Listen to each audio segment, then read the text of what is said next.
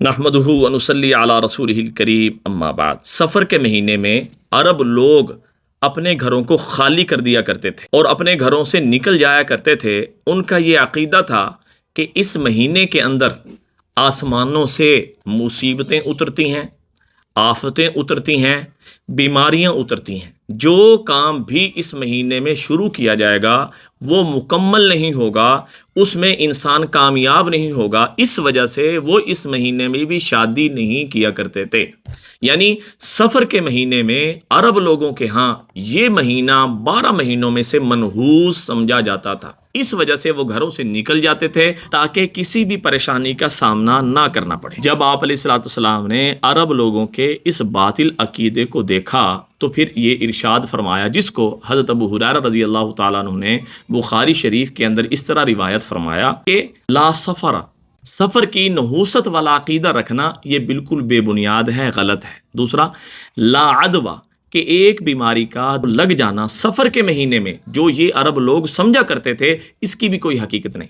ولا ہامہ، اور اس بات کی بھی اللہ کے نبی نے تردید فرمائی کہ جب کوئی قاتل کسی بندے کو قتل کر دیتا ہے تو پھر جو مقتول ہے اس کے سر سے ایک پرندہ نکلتا ہے، جب تک قاتل مرتا نہیں ہے وہ پرندہ پھرتا رہتا ہے۔ یہ بھی ان عرب لوگوں کا عقیدہ تھا، اس کو بھی اللہ کے نبی نے رد فرمایا، ولا ہامہ، یہ عقیدہ رکھنا بھی بالکل غلط ہے، اس کی کوئی حقیقت نہیں۔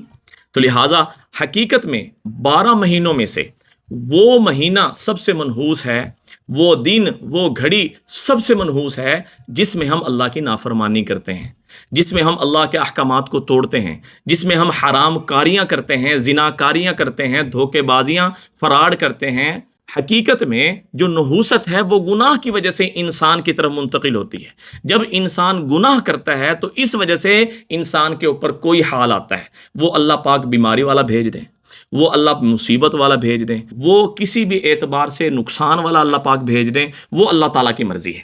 لیکن میرے محترم بھائیوں، نحوست اگر ختم کرنی ہے تو اپنی زندگی سے گناہوں کو ختم کر دیں، توبہ استغفار کریں۔ کوئی مہینہ، کوئی دن، کوئی گھڑی، کوئی بندہ کسی بھی اعتبار سے منحوس نہیں ہے۔ یہ بے بنیاد اور من گھڑت باتیں ہیں جن کی اللہ کے نبی نے تردید فرما دی۔ تو لہٰذا سفر کے مہینے میں شادی بھی کر سکتے ہیں، سفر کے مہینے میں کاروبار بھی شروع کر سکتے ہیں، سفر کے مہینے میں کوئی بیماری، پریشانی، مصیبت آسمان سے نہیں اترتی۔ اگر اترے گی وہ ہمارے اپنے ہاتھوں کی کمائی ہوگی۔ ظہر الفساد فی البر والبحر بما کسبت ایدی الناس، یہ زمین کا جو فساد ہے، جو بھی کمی پیشیاں ہیں، جو بھی نقصان ہے، اللہ تعالیٰ فرما رہے ہیں وہ تمہارے اپنے ہاتھوں کی کمائیاں ہیں۔ تو لہٰذا توبہ کریں، اللہ سے معافی مانگیں، دعاؤں میں یاد رکھیں۔ السلام علیکم ورحمۃ اللہ وبرکاتہ۔